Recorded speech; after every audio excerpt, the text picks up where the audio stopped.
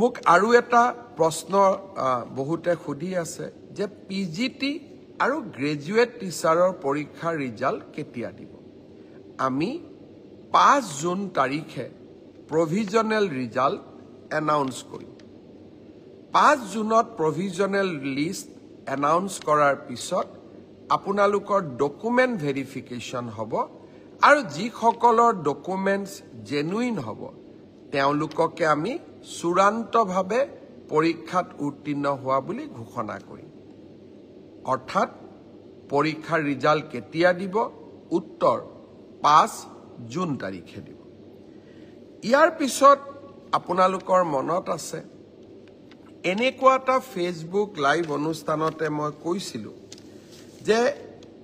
সৰকাৰী কাৰ্যালয়সমূহত কাম কৰা তৃতীয় আৰু চতুৰ্থ বৰ্গৰ কৰ্মচাৰীসকলে পোৰ্টেলৰ জৰিয়তে মিউচুৱেল ট্ৰান্সফাৰ কৰাৰ সুবিধা লাভ কৰিব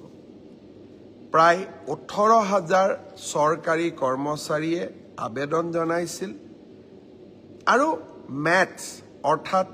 কোনোবা আহিব লাগিব কোনোবা যাব লাগিব অৰ্থাৎ ম্যাথছ মেকিং হ'ব লাগিব আমি প্ৰায় 8000 প্ৰাৰ্থীক ম্যাথছ মেকিং কৰিব পাৰিলো অৰ্থাৎ অহা মানুহো আছে সেই স্থানলৈ যোৱা মানুহো আছে যোৱাকালি মই এই গোটেই বিষয়টো নিজে পৰীক্ষা কৰিছিলো মই আপোনালোকক জনাব খুজিছো যে জুন মাহৰ প্ৰথম সপ্তাহত আমি পোৰ্টেলৰ জৰিয়তে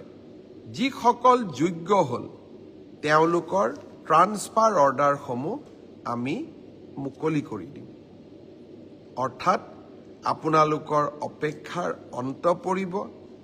আৰু আগষ্ট বা ছেপ্টেম্বৰ মাহত এনেকৈ আৰু এবাৰ ট্ৰান্সফাৰৰ সুবিধা দি আমি পোৰ্টেল মুকলি কৰিম অৰ্থাৎ সৰকাৰী কৰ্মচাৰীসকলৰ লগত আমি থিয় হৈ থাকিম